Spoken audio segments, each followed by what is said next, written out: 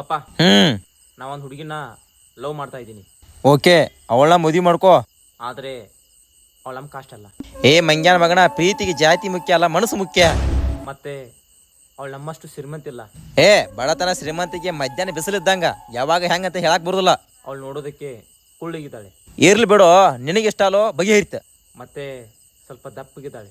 ಇಲ್ಲಿ ಬಂದ ಮೇಲೆ ಸ್ಲಿಮ್ ಹಾಕಲ್ ತಗೋ, ದಪ್ಪ ಕೂತ್ಕೊಂಡ್ ಏನ್ ಮಾಡವ. ಅವಳು ನೋಡೋದಕ್ಕೆ ಅಷ್ಟೊಂದು ಸುಂದರವಾಗಿಲ್ಲ.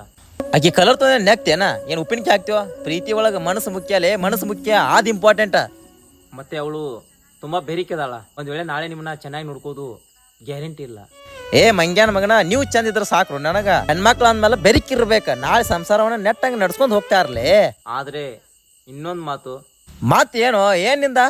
ಅವಳು ಅವಳು ಅವಳು RCB ಅಭಿಮಾನಿ ಅಲ್ಲ. ಅಲಾ ಪಿಸಿನಡ್ಸಿ ಮಗನ ಹಿಂತಕ್ಕೆಲ್ಲ ಹೋಗಿದ್ಯಾ ಬೇಟಾ? ನಮ್ದು ರಾಯಲ್ ಫ್ಯಾಮಿಲಿ ಬರಕ್ಕಿ ನಮ್ಮ ಫ್ಯಾಮಿಲಿ ಬಗ್ಗೆ ಅಭಿಮಾನ ಮತ್ತು ಗೌರವ ಎರಡೂ ಇರ್ಬೇಕ. ಚಿಲ್ಲರ್ಗಳು ನಡೆಯಂಗಿಲ್ಲ.